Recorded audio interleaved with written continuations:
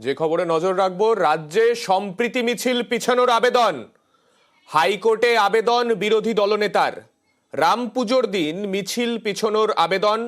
রাজ্যে আইন শৃঙ্খলা পরিস্থিতি, এই দিন যদি সেই মিছিল হয় সেক্ষেত্রে সমস্যায় হতে পারে, সেই কারণে রাজ্যে আইন শৃঙ্খলা পরিস্থিতি ঠিক রাখার জন্য কেন্দ্রীয় বাহিনী মোতায়েন করা হোক, মামলা দায়ের করার অনুমতি দিলেন বিচারপতি হরিশ টেন্ডনের ডিভিশন বেঞ্চ। আমাদের প্রতিনিধি অর্ণব রয়েছেন আমাদের সঙ্গে। অর্ণব, ঠিক কি মর্মে এই আবেদন হয়েছে? দেখো, 22শে জানুয়ারি রাম পুজো রয়েছে এবং সেই রাম পুজোর দিনই আমাদের কলকাতা শহরে একটি সম্প্রীতি মিছিলের একটা আহ্বান করা হয়েছে শাসক দলের তরফে, এবং মুখ্যমন্ত্রী মমতা বন্দ্যোপাধ্যায় যে মিছিলের গতকালই কথা ঘোষণা করেছে। এই অবস্থায় রাজ্যের বিরোধী দলনেতা শুভেন্দু অধিকারী তিনি কলকাতা হাইকোর্টের দ্বারস্থ হলেন এবং তিনি জনস্বার্থ মামলা দায়ের করার অনুমতি পেলেন।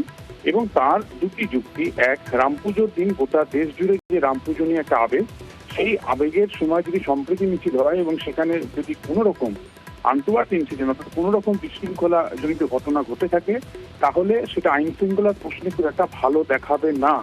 তাই এক, ওই সম্প্রীতি মিছিলের সময় পিছিয়ে দেওয়া হোক বা ডেট পিছিয়ে দেওয়া হোক, আর পাশাপাশি যাতে আইন শৃঙ্খলার পরিস্থিতি কোনো রকম অবনতি না হয় ওই দিন কেন্দ্রীয় বাহিনী মোতায়েন করার নির্দেশ জারি করুক কলকাতা হাইকোর্ট। এই দুটি আবেদন মূলত রয়েছে শুভেন্দু অধিকারী বিরোধী দলনেতা। মামলা দায়ের করার অনুমতি দিয়েছে কলকাতা হাইকোর্ট। খুব শীঘ্রই মামলার শুনানি হওয়ার সম্ভাবনা তৈরি হয়েছে। বেশ, ধন্যবাদ অর্ণব।